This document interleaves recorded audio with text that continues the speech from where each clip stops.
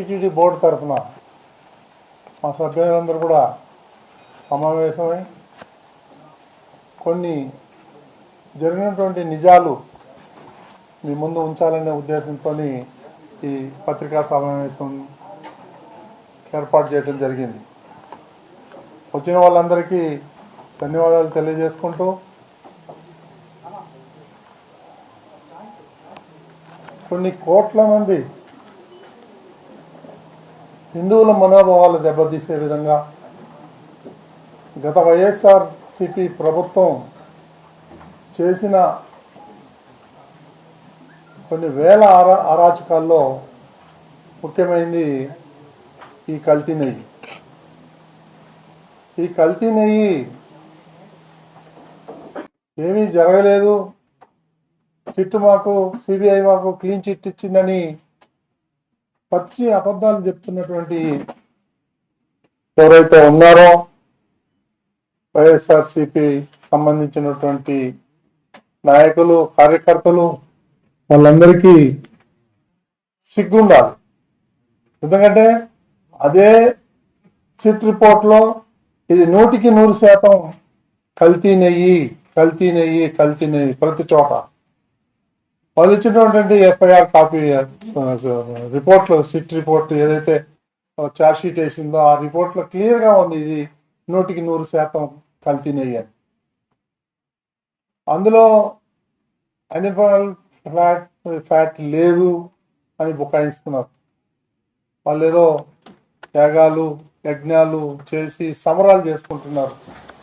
వాళ్ళందరూ కూడా ఈరోజు హిందూ సమాజానికి బేషరత్తుగా జగన్మోహన్ రెడ్డితో సహా వాళ్ళు ఎవరైతే ఉన్నారో వాళ్ళ గ్యాంగ్, డకాయిట్ గ్యాంగ్, గజ దొంగలు ఎవరైతే ఉన్నారో వాళ్ళందరూ కూడా క్షమాపణ చెప్పాలి జాతికి, హిందూ జాతికి అని చెప్పి నేను టీటీడీ తరఫున డిమాండ్ చేస్తున్నా.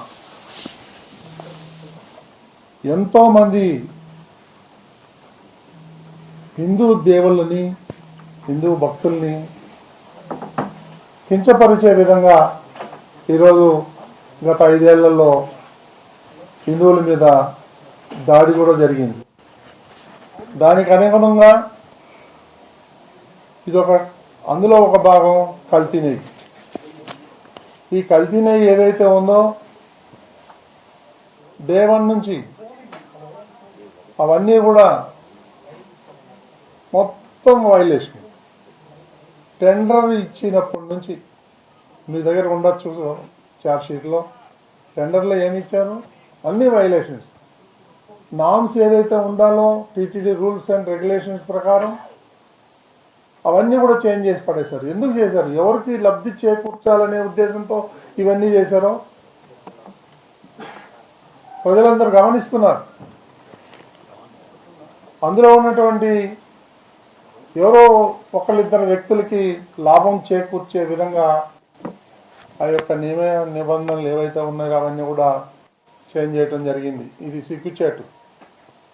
మళ్ళీ సామర్థ్యం లేని డైరీ ఏదైతే ఉన్నాయో వాళ్ళకి ఈ ఆర్డర్స్ ఇవ్వటం,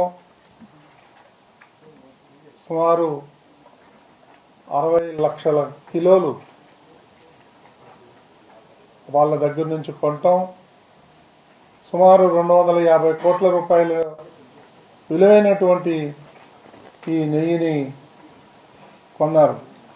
అది గతంలో ఎన్డీడీబీ వాళ్ళు టెస్ట్ చేస్తే దాంట్లో యానిమల్ ఫ్యాట్ ఉందని నిర్ధారించి వాళ్ళు ల్యాబ్ రిపోర్ట్ ఇవ్వటం జరిగింది.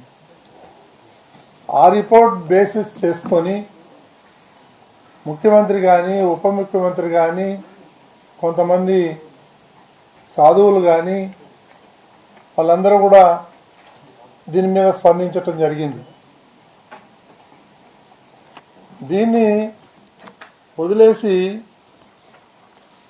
మాకు క్లీన్ చిట్ వచ్చింది, దాంట్లో యానిమల్ ఫ్లాట్ లేదు, అది లేదు, ఇది లేదు అని బుకాయించడం వాళ్ళందరికీ సిగ్గుచేటు.